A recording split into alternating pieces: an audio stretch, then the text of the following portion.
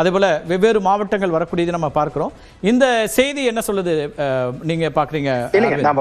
போன ரவுண்ட்லயே நான் அதை சொன்னேன். போன ரவுண்ட்லயே 1 o'clock வரைக்கும் அந்த ஆவரேஜ் 55 குள்ளார வரும் அப்படிங்கறத நம்ம போன ரவுண்ட்லயே கணிச்சோம். ஏன்னா அது 18% தான் அது வந்து அதோட கிராஃப் இருக்கு. எங்கேயுமே ஒரு அப்நார்மலா ஒன்னும் போன மாதிரி தெரியல. சோ 1 o'clock வரைக்கும் அந்த கிராஃப் இருக்கு. 55 அரௌண்ட் 55 குள்ளார வரும்.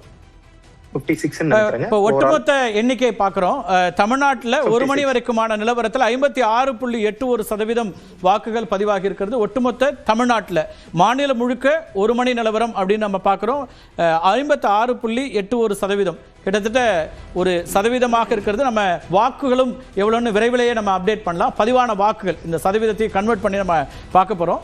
அரவிந்த் சொல்லுங்க. 56.81% ஒட்டுமொத்த தமிழ்நாட்டினுடைய வாக்கு சதவீதம். அரவிந்த், எஸ், நீங்க கணிச்ச மாதிரி அடுத்து 18% கூடுதுன்னு பார்க்கலாமா? 39ல இருந்து அப்படியே 18 57% அப்படியே 18 இன்க்ரீஸ் ஆயிருக்குங்க.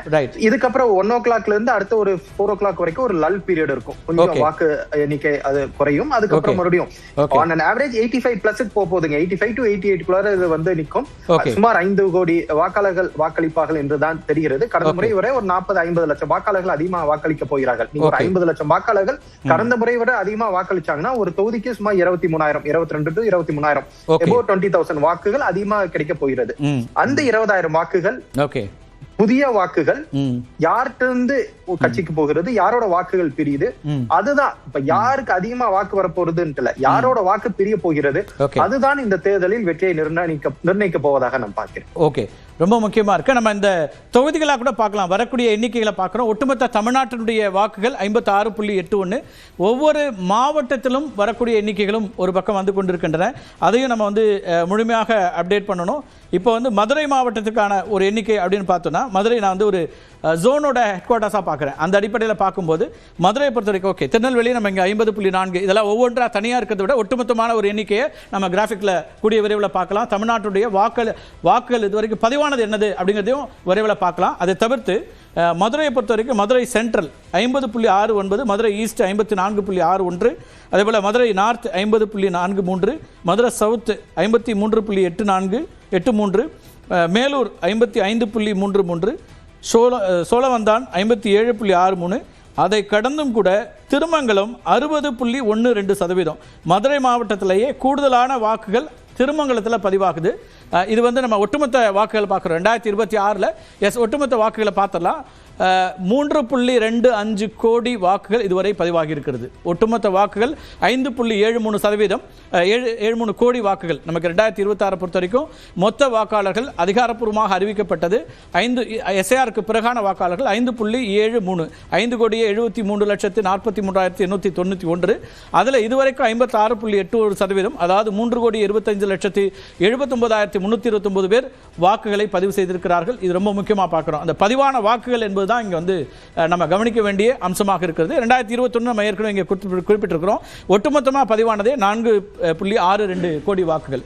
அதில் இப்போது வரைக்கும் 1 மணி நிலவரம் வரைக்கும் 56.81, அதில் 3,25,00,000 பேர் வாக்களித்து விட்டார்கள். கிட்டத்தட்ட 5.73ல் 3.25 1 மணிக்கு முன்னதாக வந்திருக்கிறது அப்படின்னு பார்க்குறோம். திருமங்கலமும் இப்போ வந்து கூடுதலாக வந்திருக்கு. ஆர்கே திருமங்கலம் தொகுதி உங்களுக்கு தெரியும் மும்முனை போட்டியாக இருக்கக்கூடியது. அங்கே வந்து அதிமுக அதே போல் திமுக தமிழக வெற்றி கழகம் அப்படின்னு மும்முனை போட்டியாக நாம் தமிழரும் அங்கே இருக்கக்கூடிய தொகுதி. அங்க 60% வாக்குகள் பதிவாயிருக்கு. எப்படி பாக்குறீங்க ஆர்கே? இதுல இதை பொறுத்தவரை நம்ம நான் திருமங்கலம் வந்துடுறேன். அதுக்கு நட்சத்திர தொகுதிகளும் பார்த்துடலாம். கொளத்தூர் முதலமைச்சர் மு க ஸ்டாலின் போட்டியிடக்கூடிய தொகுதி. அதிமுக திரு சந்தானகிருஷ்ணன், திரு வி எஸ் பாபு, அதே போல சவுந்தரபாண்டியன் போட்டியிடுறாங்க. 1 மணி வரைக்கும் 1,19,841 வாக்குகள் பதிவாகி இருக்கிறது. ஒட்டுமொத்தமா கொளத்தூர்லயும் 56.59% வாக்குகள் பதிவாகி இருக்கிறது. கடந்த முறை பதிவான வாக்குகள் அப்படின்னா 64% தான் கொளத்தூர்ல. இந்த முறை இதுவரைக்கும் 56.59. வாக்குகளாக பார்த்தோம்னா கடந்த முறை பதிவானது 1.71. 1,71,859 வாக்குகள் ஒட்டுமொத்தமாக பதிவாயிருந்துச்சு. இப்போது 1 மணி வரைக்கும் 1,19,841. குயிக்கா இதை எப்படி பார்க்குறீங்க? இல்லை, டெஃபினட்டாக இது அதிகரிக்கக்கூடிய அந்த வாய்ப்பு இருக்கிறது. போன முறை இருந்திருக்கும் இந்த முறை இருந்திருக்கும் வித்தியாசம் என்னன்னு பார்த்தீங்கன்னா, நிச்சயமாக முதல்வருடைய கான்ஸ்டிடுவன்சியில் முதல்வருக்கு ஒரு பெரிய லீடு கொண்டு வர வேண்டும் என்ற அந்த ஆர்வம் இருக்கும். அதே இதில் வந்து விஎஸ் பாபு நின்னால் கூட அதுக்கு வந்து விசில் என்ற அந்த அடிப்படையில் வந்து மக்கள் வரக்கூடிய வாய்ப்பு இருக்கு.